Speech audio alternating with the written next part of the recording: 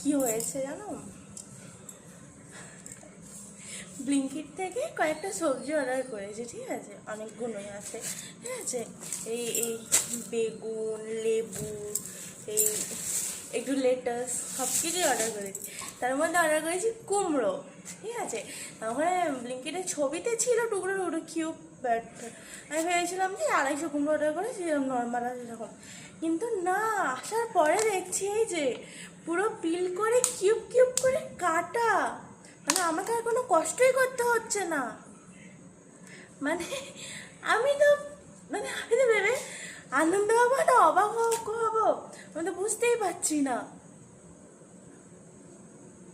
বাহ, আমাকে কোনো কষ্টই করতে হলো না, পুরো ফ্রেশ একদম। 250 গ্রাম। আমি এবার থেকে কুমড়ো আর মার্কেট থেকে কিনে আনবো না, আমি ব্লিঙ্কিট থেকেই অর্ডার করবো, এটাই ফাইনাল।